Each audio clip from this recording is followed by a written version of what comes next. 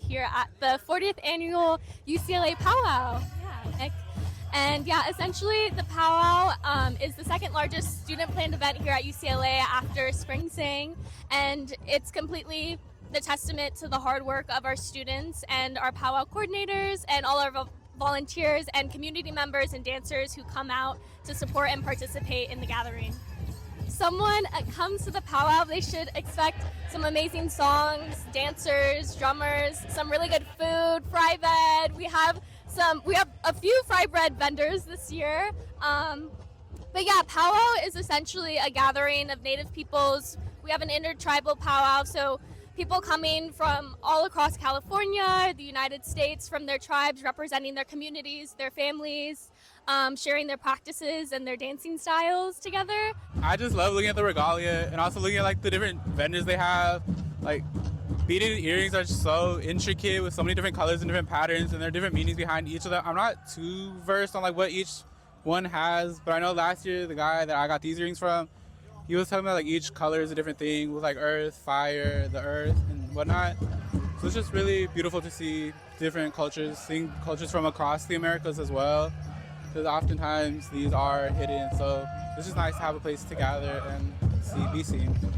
Many powwows, they have this thing called powwow princesses, and particularly for college universities, they have college-aged women run as a way to not only encourage Native youth to go to college, but also just to encourage people to be more involved in the community and to set a good example for the youth. The UCLA Powwow pageant consisted of us doing an interview, doing a traditional skill, and then of course dancing at the powwow. Along with that, letters of recommendation and proof of college enrollment. Here we compete in categories based on dance. That's what you do at a powwow. And then for my traditional skill at the UCLA pageant, I sang a traditional Ojibwe song.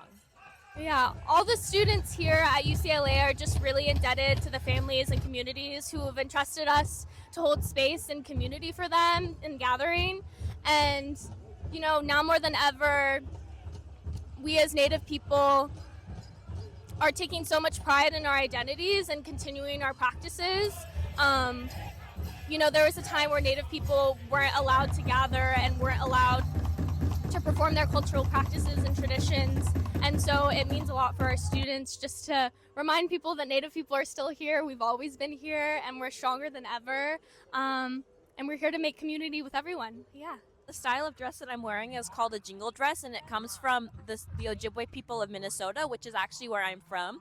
So I've been dancing jingle dress since I was 2 years old, and it's something that everyone in my family does. So it was a little bit easier for me, but preparing for the pageant was a little bit intimidating.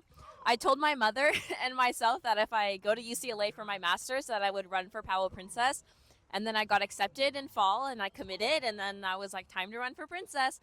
So it was preparing for that and getting all my stuff ready and practicing my public speaking.